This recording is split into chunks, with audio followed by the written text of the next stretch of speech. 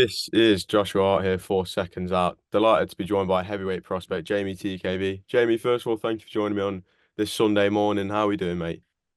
I'm all good. I'm all good. Just chilling. Chilling. It's good to hear. It's good to hear. Let's jump straight into things. I don't want to take up too much of your time today. Last time we saw you out was back in February on the Black CZ's undercard. How do you reflect on your performance and on your last performance 2 months on? You know what? I was working on things in that fight. Obviously, I was working on like certain boxing aspects that I know I can do. So I was just using that fight to work on things. Like I could have easily gone in there, gone into a war, big shots, because I did hurt him in the last round. I hurt him with a right hand. So of course I could have hurt him and probably made a little statement, but I was working on things. For me, he didn't pose a threat. At first, I was hearing this guy's dangerous, dangerous, but I don't think he's as dangerous as everyone makes him out to seem. But yeah, literally, it was just one of those fights where I was just working on things. Let's put it that way. So how do you feel about getting the 6 rounds in that fight? How do you feel about that? No issue. Obviously, I've done an 8 rounder before at a very high pace. You know, I've done it early on in my career, like in my full fight. You know, it was my first time doing a six. Well, every time I got given a 6 rounder, I'm not the guy out in the first round, so I never had a chance to really do the full six. So, but I have done an 8. But no difference. I do more than 10 rounds in the gym, so I know I can do the rounds. And then very recently, we saw a heavyweight classic between your stablemate Fabio Wardley and Fraser Clark. What did you make of that fight? It was a good fight, tough fight. Both warriors, gladiators. It's modern day, but it's a you know what? I I don't know. A fight like that does take it out of you. So at the same time, you don't want to have too many of that. But I guess the draw does warrant a rematch. But even if they don't rematch for the British title, maybe they can rematch for a bigger. I'm not saying British title isn't a bigger title, but like I'm talking about like a world level title Yeah, yeah. later on, maybe. But for now, they may. I'm hearing that they may rematch in September, but they could easily go different routes and rematch at a later time.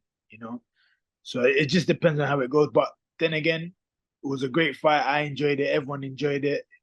And it's going to go down in the history books, man. That's the main thing. Obviously, I think one of the biggest talking points has been the scorecards. A lot of people seem to be happy with the draw at the end. How did you score the fight? Uh, Pretty much the same. It was pretty even, but felt I felt like Fabio started off sharp, but Fraser was sharp at the beginning too. So they were both sharp. Uh, you know what? Fraser was tough in there. I don't know if you watch the fight back. He was always landing sneaky little uppercuts. Fabio going, he would land a little sneaky uppercut, and that obviously built up. And I think probably one of those shots probably cut Fabio's nose. I think them uppercuts. But how I scored it, I don't know. But personally, I felt like it was pretty even. But you know, I still felt like Fabio probably edged it a little bit. But at the same time, I felt like Fraser was kind of controlling like a few of the rounds as well. So I don't know. It's very hard to pick, which I think a draw is very fair. Were you shocked by how tough Fraser seemed to be? So a lot of the talk in the build up to the contest was, can Fraser hack it at this big level? And then he went in there, took some big shots, dished out some big shots. So it was a very, very solid display of toughness from both men. Yeah, obviously we know Fabio is tough. I know personally, I know Fabio how tough Fabio is. Fraser, I expect him to be tough. There was no other way around it. Like his experience, the people that he's been in the ring with, he has to be tough. He's been in with a lot of the top fight. I'm talking about from the amateurs and being around camps. Like Fraser has to be tough. There's no other way around it. Like if he wasn't tough in that fight, it would have been shocking. Like people saying people thinking that Fraser wouldn't have been tough in that fight.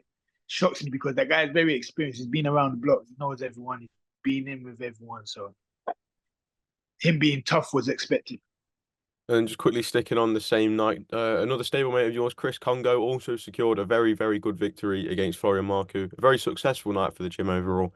How proud are you of Chris, especially going into a fight like that where not many people gave him a chance? And he went and Yeah, boxed stuck to a very disciplined game plan and got a very yeah. nice victory on points. You know what? I was very proud, very, very proud of Chris Congo. You know, like even before, like you gotta remember, he ain't boxed for over a year. Didn't get no other opportunities after that last one. So um, this was like a big statement to get him back to where he needs to be. You know what I'm saying? And performed at his best. Chris was very disciplined inside the ring and outside the ring. His discipline really showed when he got in that ring. But I was really impressed with like what he did, the performance. He completely outboxed Marku, and I'm just happy, man.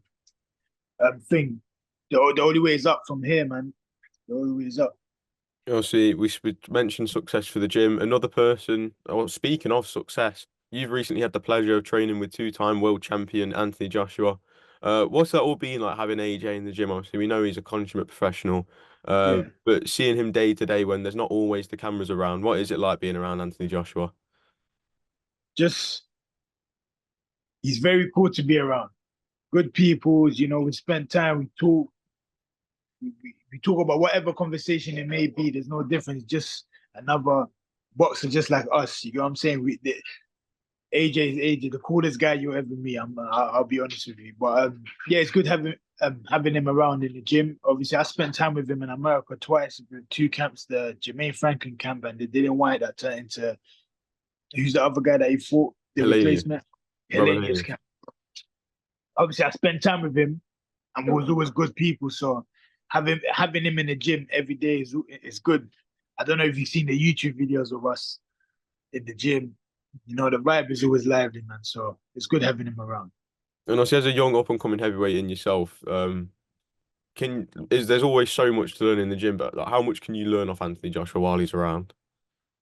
Just seeing what he does, how he prepares for fights, man, it's really important because he puts on very good performances. Listen, two-time world champion is not a light thing to say. So um, you just got to take on board what he does and implement it. Just do it for yourself and take it in. You know, just learning from what everyone else does.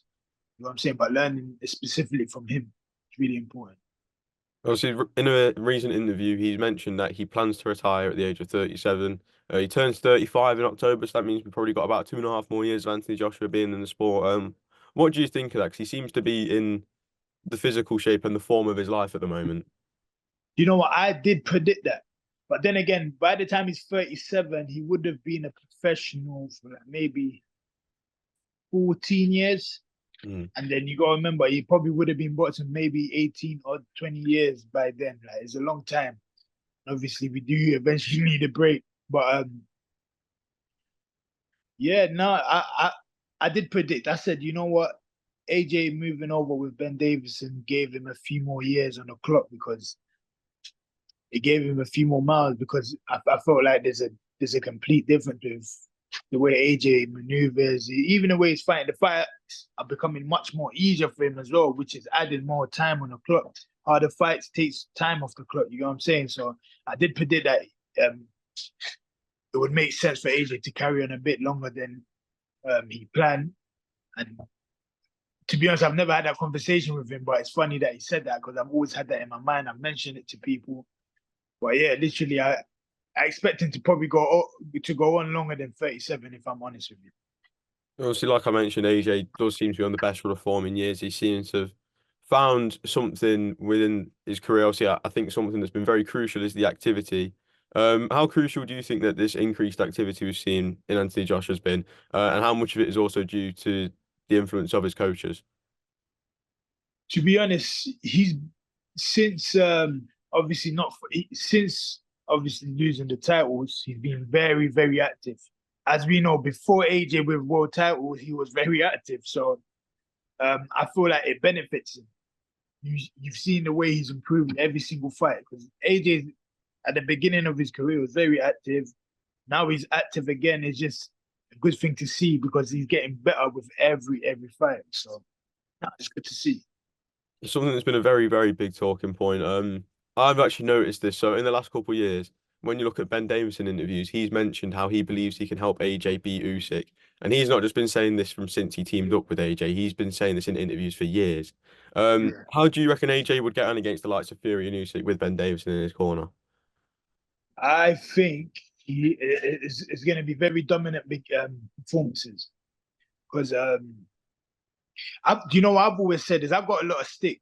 Like my first interview 2 years ago, I remember saying, I remember saying, AJ beats Fury. That was, I think, January 2022. I remember saying that, and I got a lot of stick. Oh, don't know nothing about boxing. But now, if you say it now, people are gonna say, "Well, you was right." But I still believe that that's gonna happen. AJ beats Fury, even though I think maybe Fury will beat Usyk. You know that full circle how it goes. Everyone beats everyone. I feel like Fury's gonna beat Usyk. AJ's gonna beat Fury. As I say, stalemates fights. You know what I'm saying? But I still believe um, Ben Davison's got like he'll be able to turn over and get AJ to beat Usyk and do it in good style. And there's the last couple from me here. When can we next see yourself back in the ring? Obviously, it's been about 2 months since we last saw you. Have you got any date in mind? Has Ben Shalom pushed anything to you yet? Possibly next month. So we're just waiting and seeing what is available for us. But we'll see. From next month onward, we'll see.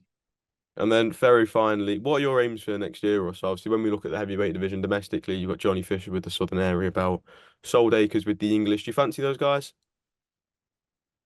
Listen, any title that is available, it may be international, it may be domestic, whatever is available, I would take whatever fight is the right fight that makes sense. I would take. So that's not a problem. Everyone knows that we're here to fight. We're here to make history. Jamie, I'm going to leave it there. Thank you very much for your time today. Sure we can get a fight date soon. We can speak again as well very soon. Thank you very much. I mean, thank you.